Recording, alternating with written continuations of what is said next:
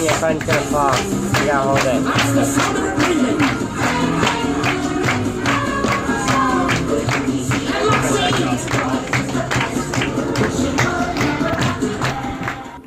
We're a little off book here on time. That's the way things happen on the Polar Express. That's the sound of singing.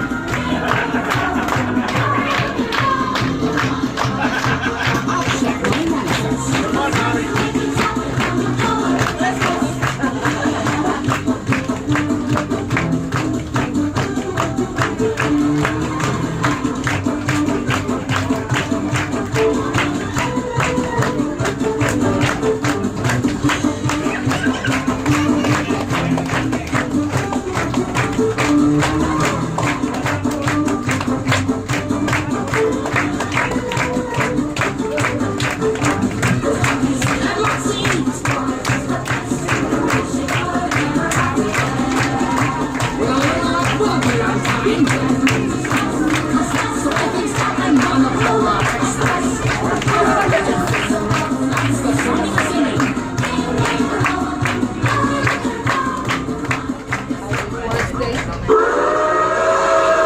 Why have we stopped? This train is on a very tight schedule, and there can be no Christmas without the Polar Express arriving on time. Wait, what in blazes is on the track? Caribou Crossing? This is some serious jelly. Smoky, Steamer, clear the caribou off the track. Well, what do they want us to do?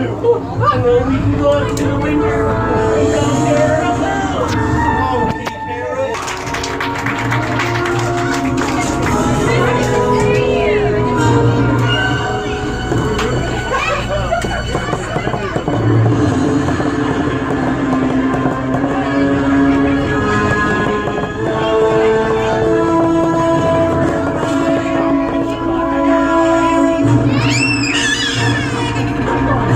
That really hurts my ears.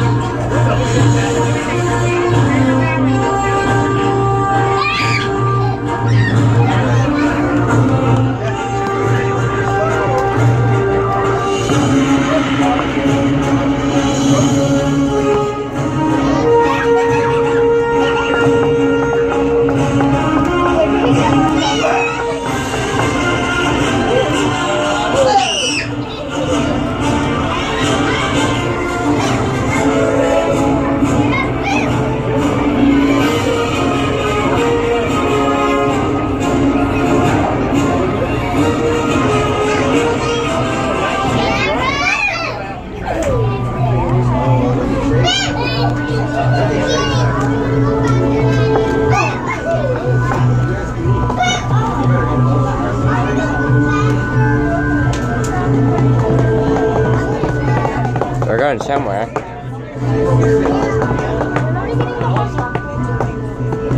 Oh, welcome aboard, young man. We have been inspecting you. You have? Yes, this is you, correct? Yes.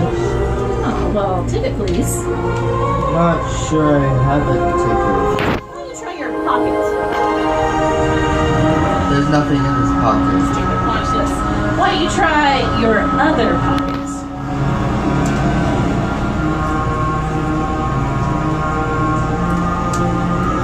Why, thank you, sir. Can you tell me what the conductor stamped on my ticket? Well, that's nothing I need to know. Why don't you go ahead and find your seat, sir? Well, actually, wait. There's been this man walking around the train.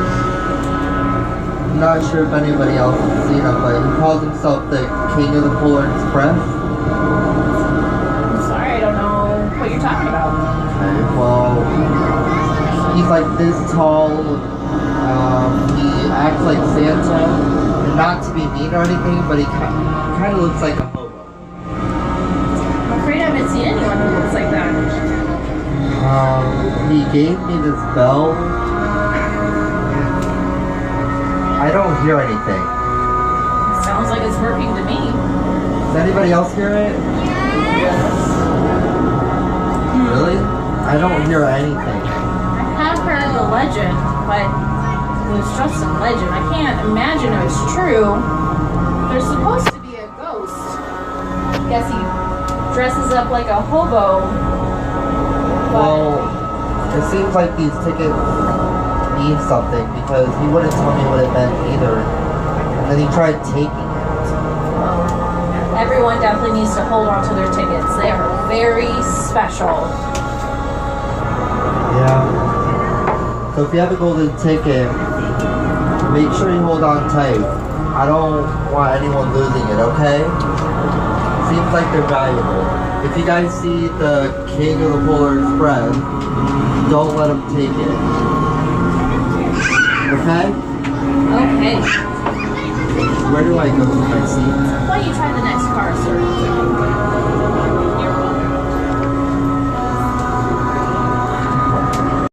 Hey, we got it! Hey, we got it! We got it! So we got it! Yo, we got it! Here we only got one rule! Never, ever let it go! You got hot chocolate!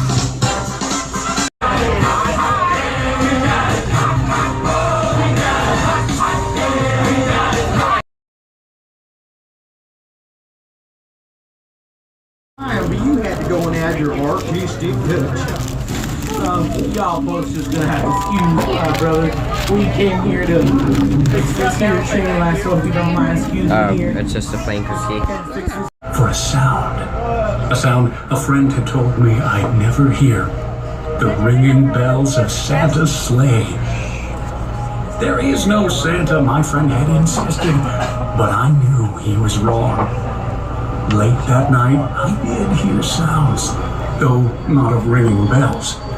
From outside came the sounds of hissing steam and squeaking metal. I looked through my window and saw a train standing perfectly still in front of my house. It was wrapped in an apron of steam. Snowflakes fell lightly around it. A conductor stood at the open door of one of the cars. He took a large pocket watch from his vest, then looked up at my window. I put on my slippers and robe. I tiptoed downstairs and out the door. All aboard! The conductor cried out. I ran up to him. Well, he said, are you coming? Where? I asked. Why, to the North Pole, of course, was his answer. This is the Polar Express. I took his outstretched hand and he pulled me aboard. The train was filled with other children, all in their pajamas and nightgowns. We sang Christmas carols and ate candies with milk centers as white as snow. We drank hot cocoa as thick and rich as melted chocolate bars. Outside, the lights of towns and villages flickered in the distance as the Polar Express raced northward. Soon, there were no more lights to be seen. We traveled through cold, dark forests where lean wolves roamed, and white-tailed rabbits hid from our train as it thundered through the quiet wilderness. We climbed mountains so high it seemed as if we would scrape the moon. But the Polar Express never slowed down. Faster and faster we ran along, rolling over peaks and through valleys like a car on a roller coaster. The mountains turned into hills, the hills to snow-covered plains. We crossed a barren desert of ice, the great polar ice cap. Lights appeared in the distance. They looked like the lights of a Maybe there's a huge Sonic. ocean liner Like one. sailing on a I think that's a frozen Sonic sea. back there. Oh, there was. There, said the conductor, is the North Pole.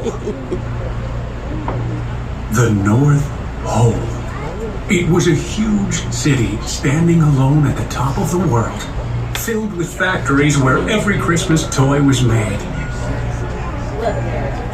At first, we saw no elves. They are gathering at the center of the city, the conductor told us. That is where Santa will give the first gift of Christmas. Who receives the first gift? We all asked. The conductor answered, he will choose one of you. Look, shouted one of the children, the elves. Outside, we saw hundreds of elves. As our train drew closer to the center of the North Pole, we slowed to a crawl. So crowded were the streets with Santa's helpers.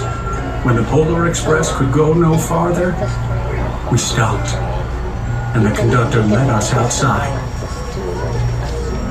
We pressed through the crowd to the edge of a large open circle. In front of us stood Santa's sleigh. The reindeer were excited. They pranced and paced, ringing the silver sleigh bells that hung from their harnesses. It was a magical sound, like nothing I'd ever heard. Across the circle, the elves moved apart, and Santa Claus appeared. The elves cheered wildly. He marched over to us and, pointing to me, said, let's have this fellow here. He jumped into his sleigh. The conductor handed me up. I sat on Santa's knee, and he asked, Santa. now, what would you like for Christmas? I knew that I could have any gift I could imagine. But the thing I wanted most for Christmas was not inside Santa's giant bag. What I wanted more than anything was one silver bell from Santa's sleigh. When I asked, Santa smiled. Then he gave me a hug and told an elf to cut a bell from a reindeer's harness. The elf tossed it up to Santa. He stood, holding the bell high above him, and called out, the first gift of Christmas! A clock struck midnight as the elves roared their approval. Santa handed the bell to me, and I put it in my bathrobe pocket. The conductor helped me down from the sleigh. Santa shouted out the reindeers' names and cracked his whip. His team charged forward and climbed into the air.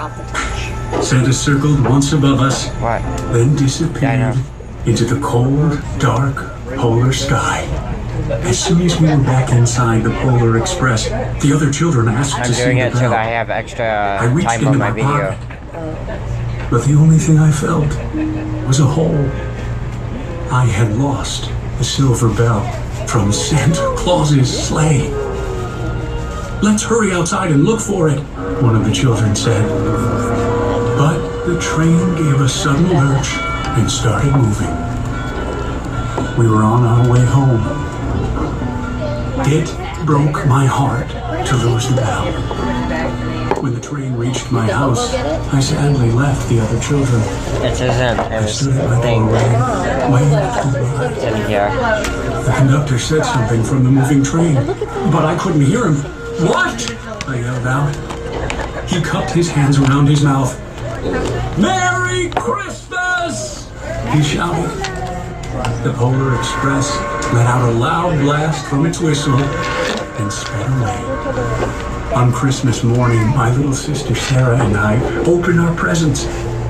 When it looked as if everything had been unwrapped, Sarah found one last small box behind the tree. It had my name on it. Inside was the silver bell. There was a note. Found this on the seat of my sleigh. Fix that hole in your pocket. Signed, Mr. C. I shook the bell. It made the most beautiful sound my sister and I had ever heard. But my mother said, "Oh, that's too bad." "Yes," said my father, "it's broken." When I'm shaking the bell, my parents had not heard a sound. At one time, most of my friends could hear the bell, but as years passed, it fell silent for all of them. Even Sarah found one Christmas that she could no longer hear its sweet sound. Though I've grown old, the bell still rings for me, as it does for all who truly believe. Seen him again? You saw him again? Yeah. He rang the bell again. And I told him I couldn't hear it again. And he told me that I didn't want to be bamboozled or railroaded. What does that mean? Well, being bamboozled means that you're afraid to believe because you think if you do, that the whole thing was a lie. And then you feel silly. Well, how does he know that then? I don't even know if he's real. So I don't know. Are you guys sure you can't hear this bell? I can hear it. You can hear it? I can't hear anything. Well, You have to believe in Santa to hear the bell. But how can I believe in him if I've never seen him?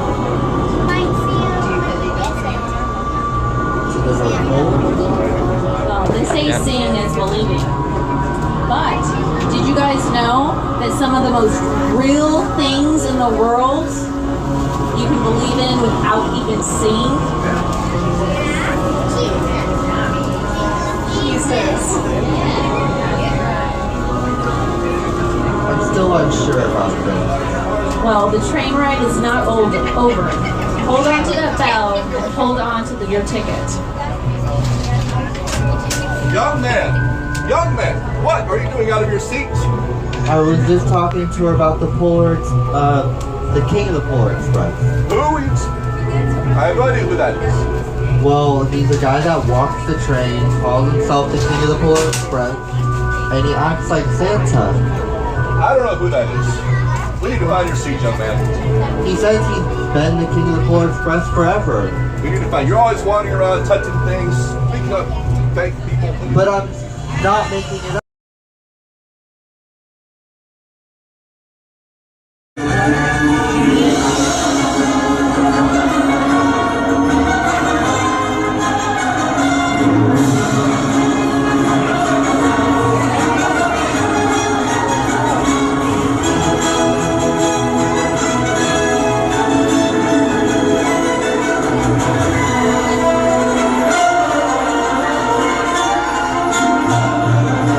Alright, I see it. Yep. Oh, this part always takes so long. It's like the train moves in slow motion. I'm so excited. It's coming.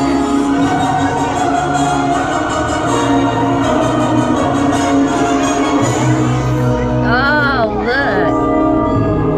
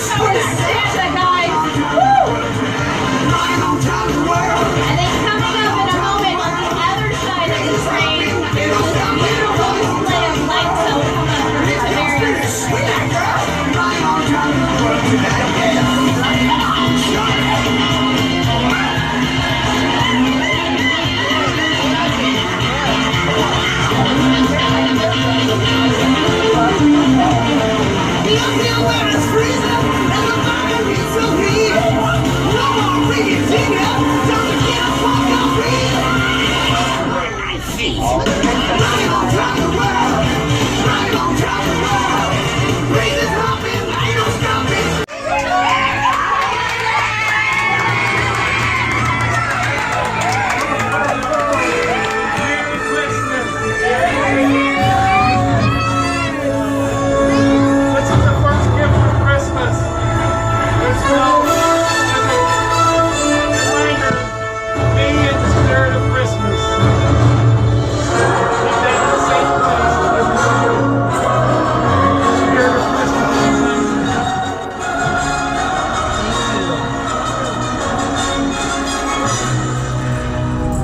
Now I will come and visit all of you and bring you a gift. Guys, I can hear the bell.